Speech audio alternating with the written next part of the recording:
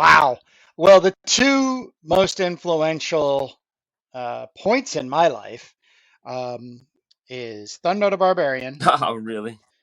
And, oh, hell yeah. Oh, hell yeah. There's just something still to this day I can go back and watch those over and over again and just be like, okay, this is what I want to do for the rest of my life. Thundarr the Barbarian, which is Um, Hanna-Barbera's version of like Conan or he Conan meets Luke Skywalker. right.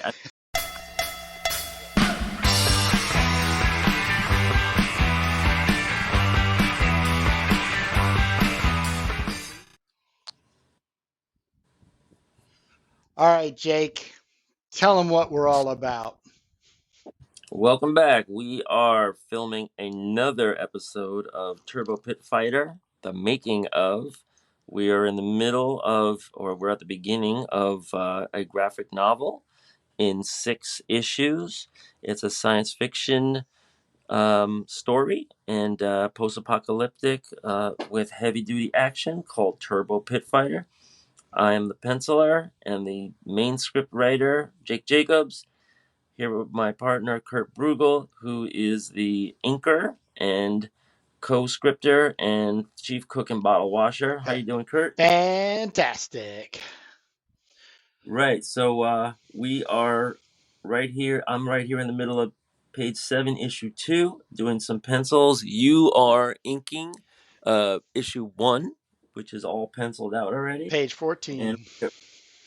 page 14, right? And so we're making our way through this comic and graphic novel. And we spoke extensively in the last episode about the story and the plot and the dialogue for the rest of issue 2,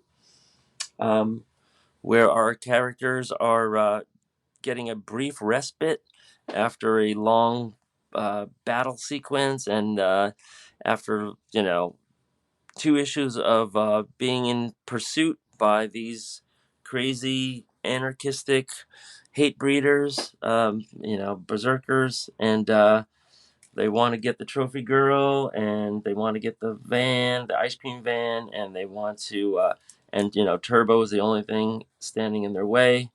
Um, she is our strong lead character.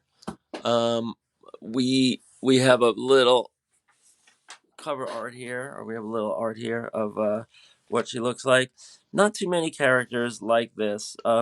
You know, we spoke in recent episodes about the She-Hulk, and I don't know if you saw, Kurt. They did start previewing the Yes. She-Hulk Attorney at Law. Yes. Oh, what a disaster that is looking like. Yeah. I also saw, just to throw my 2 cents in on Doctor Strange, Multiverse of Madness. So I am trying to Yes. my best to keep with the MCU and all the television. Right. I don't want too much hate mail, but hate is a strong word. But I really just enjoyed the time sitting there watching it. It had a lot of great visuals. Um, and I think the story was very convoluted. In other words, I most Yeah. definitely have not watched other television. Like I have not watched Wanda Vision. I have not watched, I can't tell you what I haven't watched. So there was kind of nods in and out of things and stuff. And I was just like, oh, okay, that's probably thing. Yeah. I'll go with it. I'll go with it. It's okay. It's all right. I'm not upset. And I'm not. I got to the end and I was like, okay. And I just have to say, back in the late 80s, when I did bail on American mainstream comics, Marvel particularly, this was the same reason I bailed on them. It was I had to then get a third job for my comic book addiction, Had it. Yeah. and I just wasn't willing to do that, and um, I turned away from definitely Marvel comics, but not comics altogether. I did just keep diving into European comics, which really are the place I dwell. But with that being said, Sylvester Yeah. Stallone has a new Amazon comic book thing going called Samaritan. Have you seen the Really? trailer for? Oh, I am totally psyched for this. Yeah. No, I didn't. You talk about somebody making something campy, uh, uh, but not on purpose. Whatever they're making is going to come off as campy. This is going to be it. This is going to be it. I'm not going to say anything more. Go after the trailer for it. I'll put a Okay. link in the description. I'm a huge Sylvester Stallone fan. I don't believe he fails at anything he does since Okay. Rocky and on. So I'm totally down for that. So I'll be definitely being watching that and giving my commentary for it. Okay, yeah. So I also saw Doctor Strange: Multiverse of Madness. It was the second installment in the Doctor Strange series. I thought the Doctor Strange first movie was it was actually my favorite Marvel movie to date. I agree. Um, but the second one, by now we've seen Doctor Strange in like three movies in between his first solo movie and his second one. He was definitely a big part of Avengers Endgame and Avengers Infinity War, and he was also a central part of Spider-Man No Way Home. Um, I will be doing some spoilers here, but probably most people will be listening to this like long after Doctor Yes. Strange has had its run. But I thought, yeah, this second one, it started to get pretty crazy. They introduced a character called America Chavez, who I'm not too familiar with from the printed comics. Um, but they start to go into these multiverse gateways, and this is a great excuse for them to be doing anything anytime. I think in real life Marvel realized that they needed to have just a blank slate of open universes, because they could never keep up with the continuity of what's going on in one universe with all these characters and reboots and reimaginings and everything. So it's just so convenient for them to say, well, a multiverse, there's a million different universes. And here we see Doctor Strange now is starting to traverse between them, thanks to this girl, America Chavez, who has this power to, through these portals and stuff. Um, it does get a little convoluted. WandaVision was I think, 6 or 8 part Netflix series or Disney series that um, it brought you through the campy childhood send ups of like the Dick Van Dyke Show and like Hmm. these sitcoms, and they made Wanda a like kind of like this perfect mom in this perfect like a suburban setting, and Vision was her husband. And then you're watching these episodes and you're like, what is going on here? They're starting little by little to unveil the real world, and like in kind of like the Matrix did, like there was the Matrix and then there was the real world. And long story short, the whole thing is going on in Wanda's mind, because she's so traumatized by her childhood and the death and destruction, that she's trying to make this perfect world. And so that's what WandaVision is basically about. But she ends up hypnotizing this whole town, and the whole town is in on it, and you see all these different characters and everything, and they're all kind of like enslaved in her fantasy of having this perfect life. So fast forward to the Doctor Strange, and we can see like she still is longing for this perfect life with these two sons, and Vision was killed. Obviously he's not around. But it's continuing that, and they make the Scarlet Witch a bad guy. She's the enemy in this Doctor Strange movie. And we see what how that ultimately plays out at the end.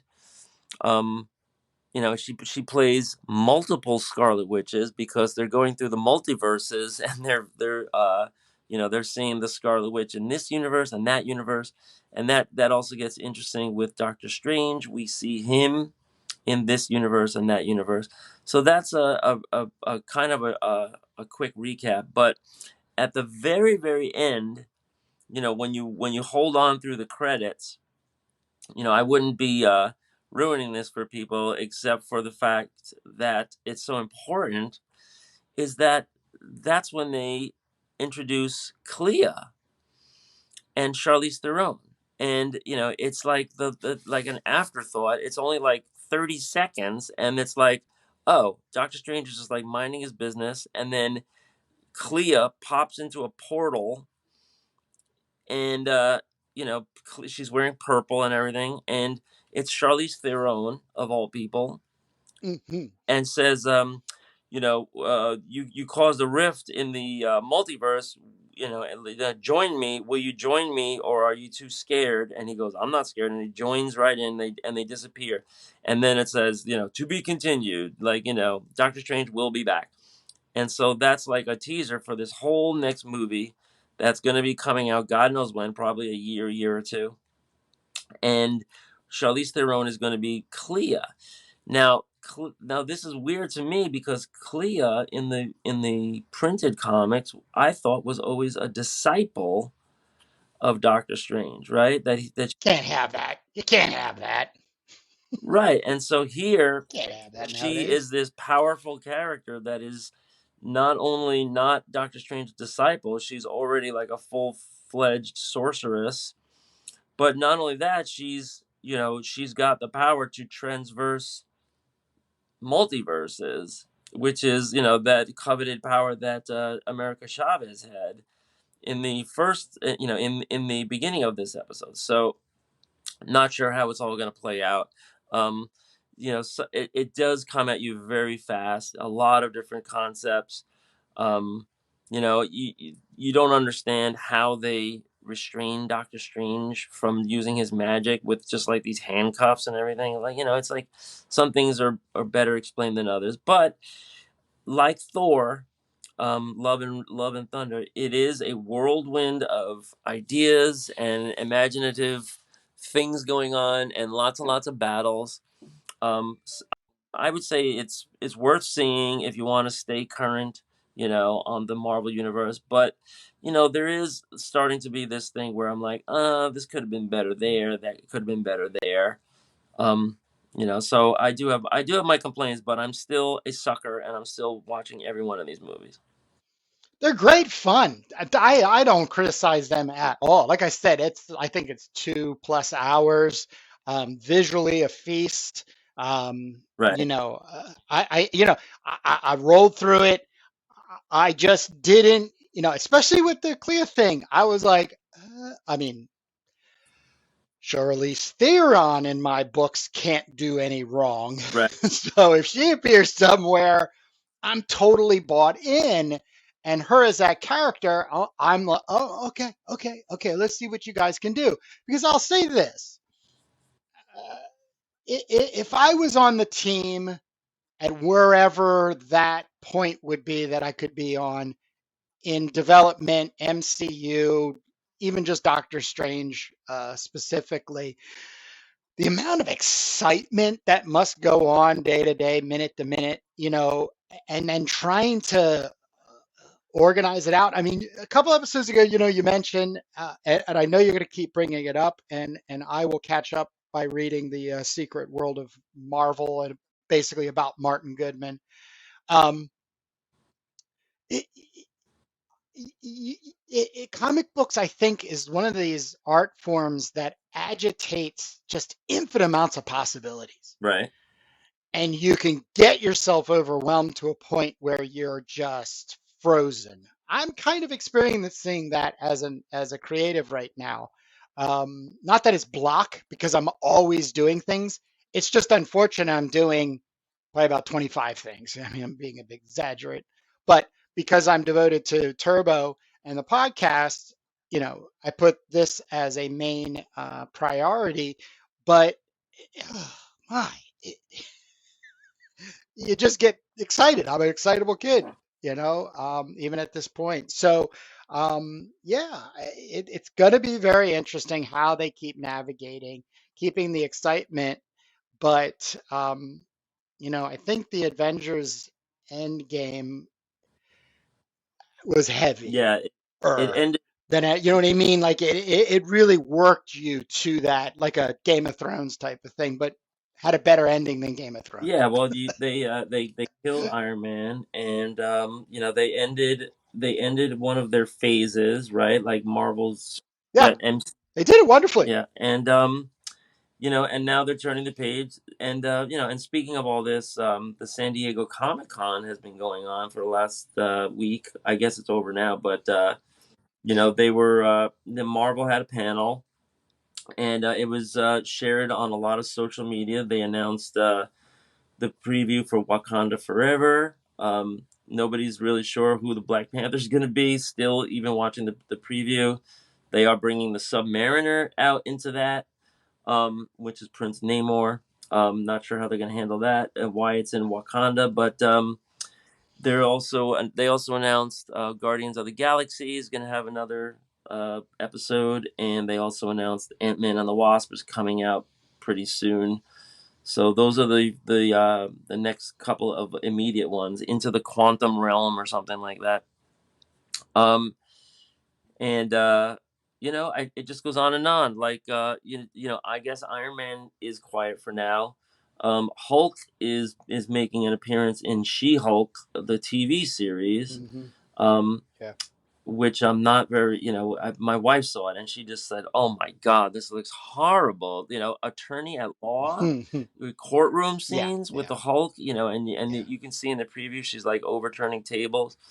Um, we spoke about, the fact that when the preview first was leaked, Disney told them to send it back and to redo the CGI because they thought She-Hulk was too muscular, which was Yep. disappointing for me because here we are, developing a muscular character, female character, even if it's like even if it's not realistic.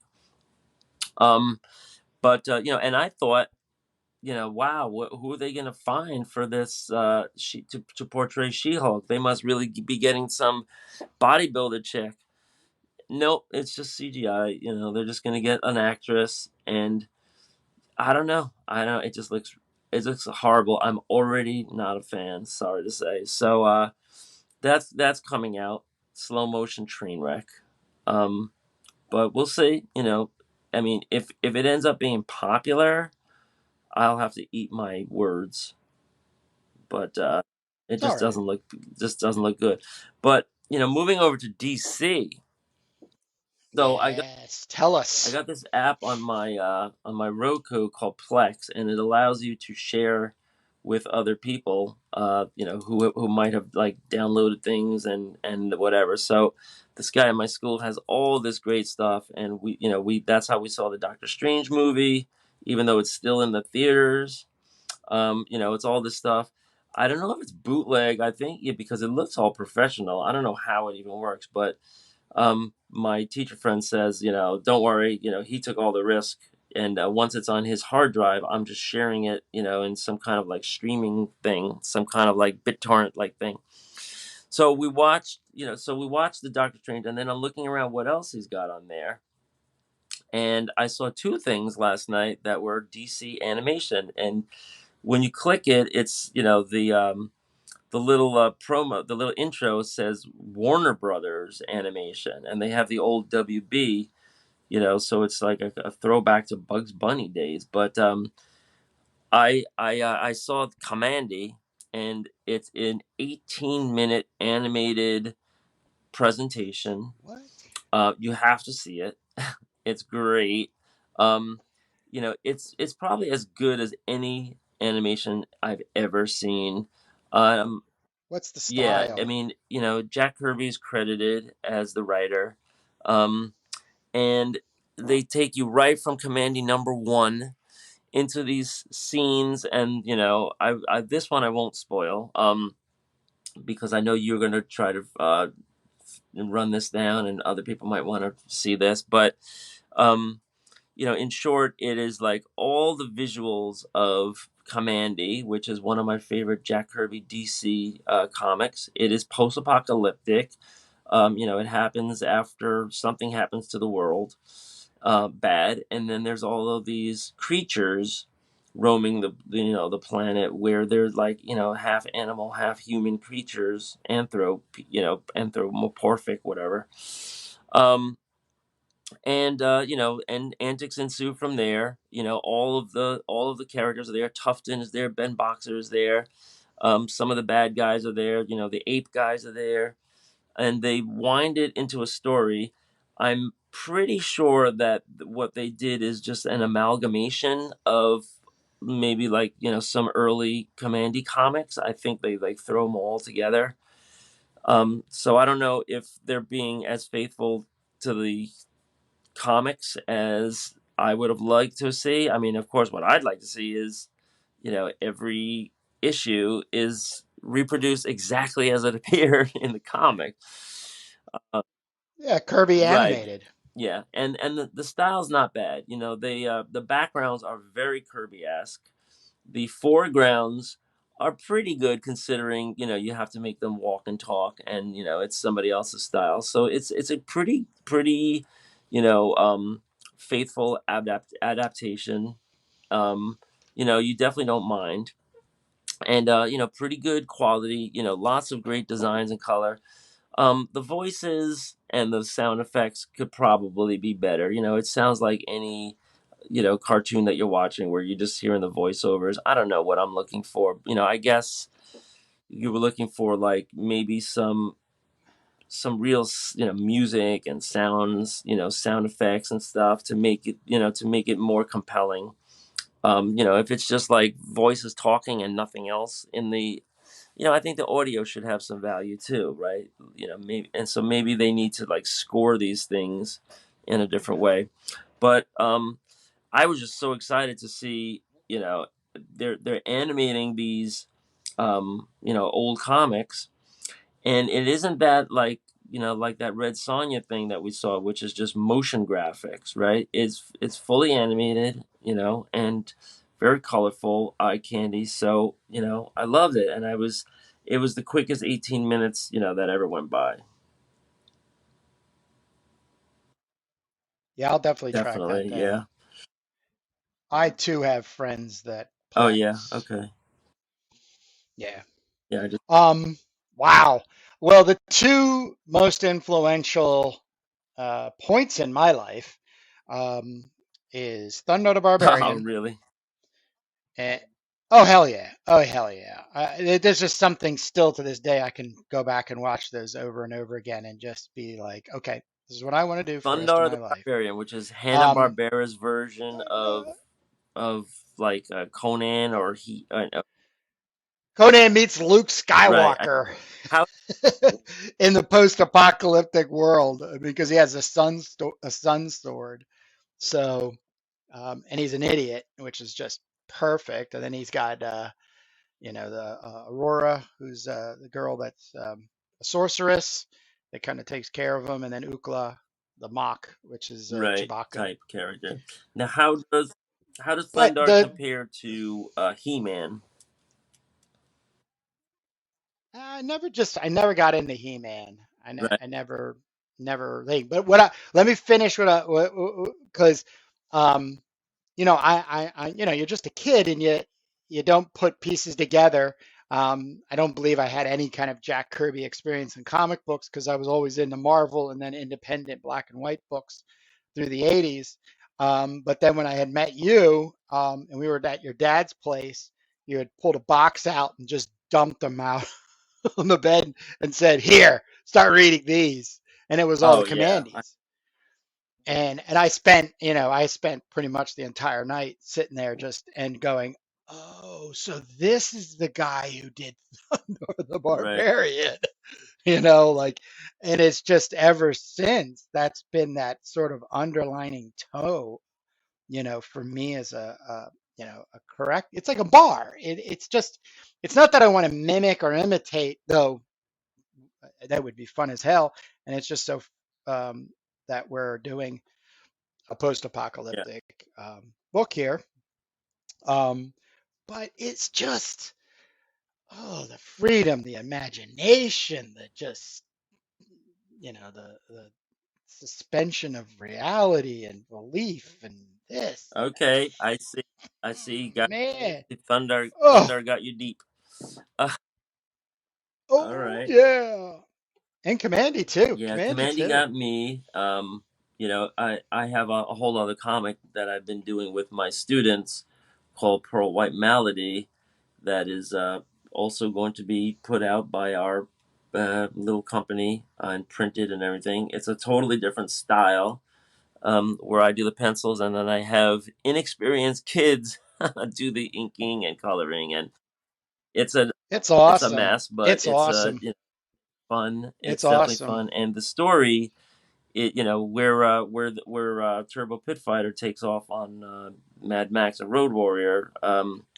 That storyline takes off on Kamandi, and it's a female instead of a male, but it's very, very templated after Kamandi. It's called Malady, and I when I started out, what I thought I would do, and I'm sure a lot of comic creators have had this same idea, but I thought I was just going to go issue by issue of Commandy, starting with number one, and I was going to look at every single page and just make a version of that, with a different character and different things happening, and just change it from there.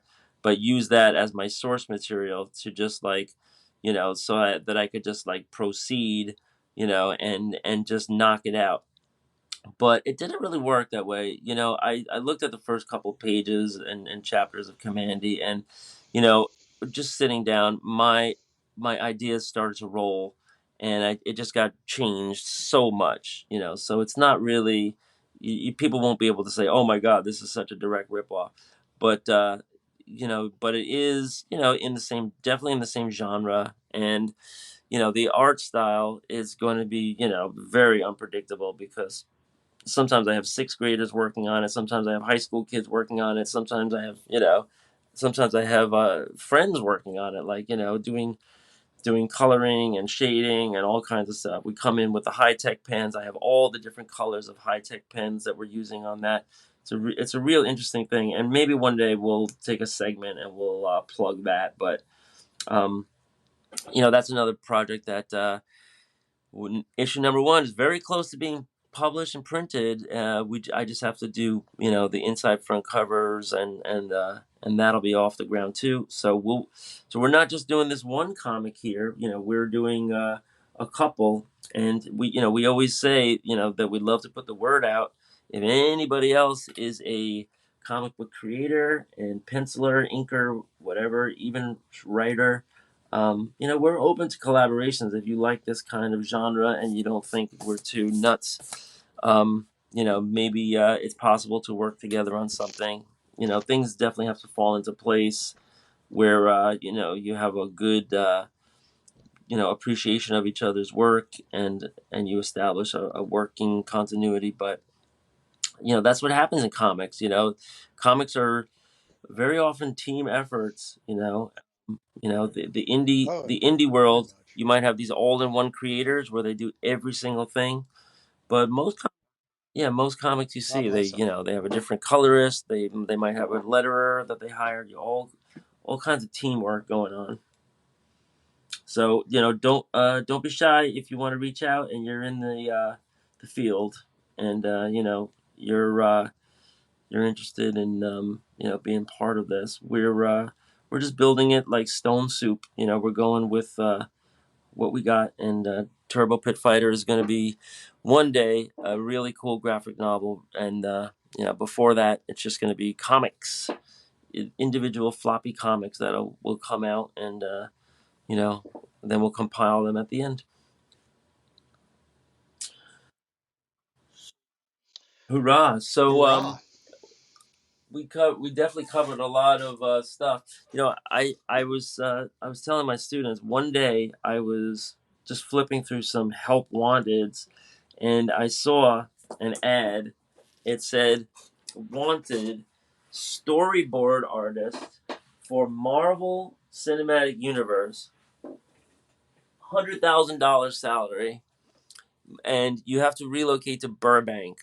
But what they wanted was somebody to sit around and be the storyboarder as the uh, script writers for Marvel movies were sitting around a table figuring out what's going on in the movies. Hey, Oh, Jake, did your it? camera cut out. I just see Oh, black. Yeah. no, I Is your just got the phone low really heated battery up? warning. I don't know why it cut. Okay. Let me situate this again. But yeah, All right. You're back. what a You're back. cool job that must be, right? For somebody. You wake up at 9 a.m. on Monday morning and you're doing, you're just having coffee and you're sitting around a table drawing what everybody's talking about for the next like Avengers movie. Come on. That's some pressure, man. Yeah, That's some well, pressure somebody's there. doing it, you know, Yeah. Oh, yeah. Some youngin. whoever, yeah. But Some. what Somebody has got a lot of what a cool vinegar. job. But yeah, I'm telling all my students, like, these are the jobs that are out there, like, get some skills, and so you don't have to be a truck driver that's replaced by Hey, what's wrong with truck what's driving? wrong with truck driving is that it's going to be Well, the robots are going to take it all away. That's the problem with right. truck driving. Didn't you see Logan? Oh, Logan, no, I really? didn't. Oh, well, Logan, that's a Yeah, Wolverine movie where they introduce his yeah, daughter, or or yeah. his, like, whatever, they make her out of his blood or whatever. But they have these huge, like, 18 wheelers that are like driving on this like really dangerous highway, and it's all automated and there's no driver, and they're going like 100 miles an hour or more. So yeah, that's happening. I mean, I heard that the self-driving vehicle industry has hit some snags. Oh yeah, and Uh, what? Not to get off tangent, Well, but a couple people got killed out in Nevada where it was where they were approved for for road trials, and I guess it was like some mechanic or somebody got run over. But yeah, Google was getting into this hot and heavy. Tesla was promising this hot and heavy, and a lot of it just turned out to be vaporware till now. I'm not sure how far along they got, but the real automakers have introduced like safety features, and parking features, and these little like incremental artificial intelligence improvements, where the cars are getting more and more towards automation, but they're definitely not there yet where you just get into a car and tell it where you want to go, and you just sit back, and take a nap. That's that is probably still decades away, if not you know if not multiple decades away, but we'll see. well, not to get too crazy about this off topic from comics, but technology wise, last thing I read is there's two, I believe, places in America right now where um, they have short runs for these trucks. So they're established to go from this warehouse to Oh, yeah, this yeah, yeah. um, other warehouse, and then they load, unload, and then it goes back. So it's moving along. It's just not cool, fun, news, which has always been my old Yeah. man cantankerousness. Is that if it's not something super crazy to get people all bent out of shape and stuff, you're not gonna see it. So I have my own sources of being um, informed, and I really do enjoy the AI thing, especially for the scientific Yeah, we're getting um, there. fantastic, like the fantastic that will ultimately come. But yeah, I mean, one of the things that comes up constantly is our complete lack of understanding for the human mind and consciousness. So we do not know anything. And so this is where everything just out because we're trying to um, mimic how we act instead of actually consciously understanding how and why we act. So if you really want to get me on a rampage, then ask me, really how I feel and think about, that. But it's gonna be pretty Yeah, I amazing mean, when sci-fi certain things do is come definitely around. keeping tabs on all this, and the real world is definitely moving along into technology. We're going to Yep. see, the advent of flying cars. We're going to see the advent of, we already see these automated warehouses. You might even see a campus where there's like, closed tracks, and you have these automated vehicles that make these, delivery runs all by themselves. You're starting to see some, commercials for like Domino's Pizza, where they have these, they're starting to introduce the idea of these automated delivery vehicles, that you might see on the road. If they can go up and down, a prescribed, streets, that are just like approved for this because maybe they have like some kind of magnetic grid underneath them or whatever. But yeah, that's where we're at. And then as science fiction, creators, we have to try to think, forward, how technology can be integrated into our story. And of course, we are also thinking about the foibles of humans and, the conflicts, and that's all a part of it.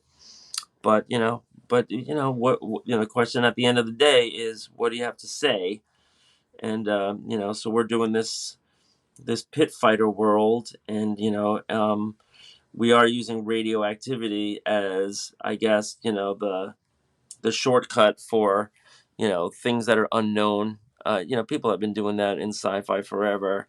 Well, where'd that power come from? It's gamma rays. Okay, I was just gonna say, man, you stole that from me. I was right, gonna and jump in on that's where we that. are. Guilty as charged. But I've always pondered in my mind, about this Bikini Atoll. You know what the Bikini Atoll was? When they did For Yes, nuclear exactly. Well, they testing. did. They did when they were testing out Yep. for like the nuclear bomb and Hiroshima, Nagasaki. Before all that, the army did these like top secret tests, and it was, this little atoll, which is not quite an island. It's called an atoll because it's smaller than an island, and they nuked the hell out of it. It was like a totally restricted area, and they studied it. And when they came back years later, they found that some of the vegetation had grown back gigantic. And so it Mm. seemed like this never. It's defeat Right, exactly. Yeah, Godzilla. and then that's where we get all these ideas for Jurassic Park and stuff like, oh, what if, So so my question was, in the evolution of the human species, what ultimately, will happen when humans are exposed to radiation? It's not a good thing. You have cancer, and you have like tumors, and you have all of this life expectancy problems. But maybe, just maybe, some people will see a benefit, and they'll and so in our storyline, this is where we have superheroes. Like Turbo is stronger than average, and most of the pit fighters are stronger than average. But instead of doing this like with superheroes and capes and everything, we have it where they're pit fighters, and they're just making money because that's the culture of the day. Is that there's gambling, and there's these venues, and it's also a throwback to the gladiators, and that's what our story's about, for better or worse. So Well, at least that's the catch-all.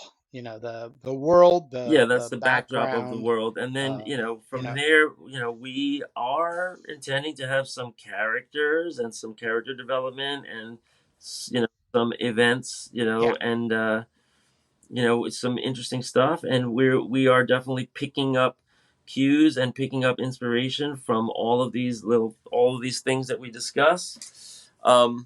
Kurt and I go back into, we're big fans of this kind of stuff here. This is good girl art. We love attractive Oh yeah. females. Who doesn't? I mean, now, Oh but when we yeah. were in our 20s and 30s, red-blooded males, but now, we're older, and it's more about, Speak for right. Well, yourself. who knows what happens in the privacy of our private lives, but you know I've always thought that there's never been enough representation of female characters. The same thing goes in the music world, same thing goes in sports world. I just think I look at a future where women are, without any thought, like a 50-50, representation, of what's going on. And we're still not like that, in our culture in America. Women are um, not equal, in the workplace. They're not equal in government. They're not equal in the arts and entertainment. They've always been coming from behind, and it isn't like that. Look at this one, Tanya Roberts as Sheena. Remember her? Yeah, but Nice. so that's why I've always been interested in, like, female superheroes and female musicians, and this is called good girl art, and this is admittedly a little bit, leery, or gawky. What's the word? It's Oh, yeah, ogly, right? Gawky's a It's good that it one. like, Oogling, yeah, oogling. right. It's called, Male like, gaze. good girl art, because I don't know where that term came from, but there's always like this heroic, right, That's from the right. And, pinups, Vargas but yeah, this pinups. this is That's where it comes from. Because they weren't the sleazy girls. They were just the cute little girls that just so happen to be wearing a right, shorter right, skirt than yeah, and usual. right, and, like, same thing we spoke about Red Sonja. Like, boy, when you're going into battle, nothing's better than having a bikini on, right?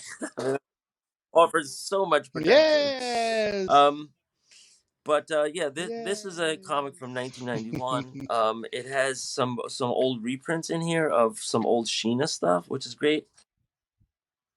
It's Yeah, a and lot of old reprints. go ahead. I think it's like, oh This yeah, look, that's is a Frazetta. That's a this Lucy right Late. here That is is Frazetta. Good Frazetta. eye. You're seeing Frazetta, and he's actually ghosting. Oh well, no, it's actually signed Frazetta. But No, yeah, yeah, no, that's him. Somebody wrote it. yeah, He but just he just these are the did all Lil the Abner because he did characters. So Frazetta was ghosting Lil exactly. Abner, and this is made for comics. They probably recolored it, although the coloring is very simplified.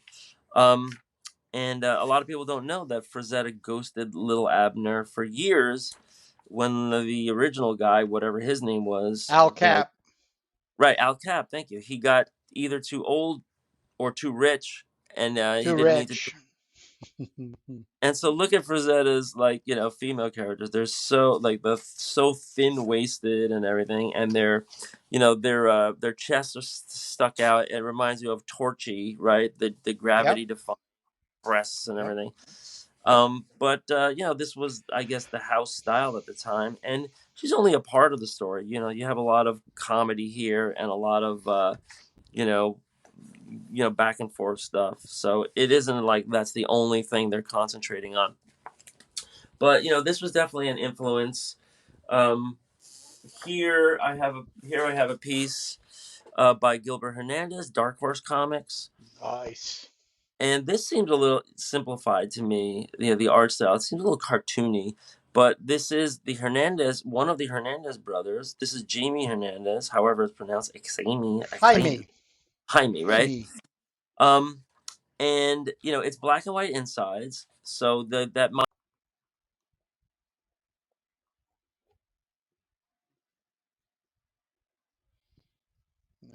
Jake, we lost Jeff.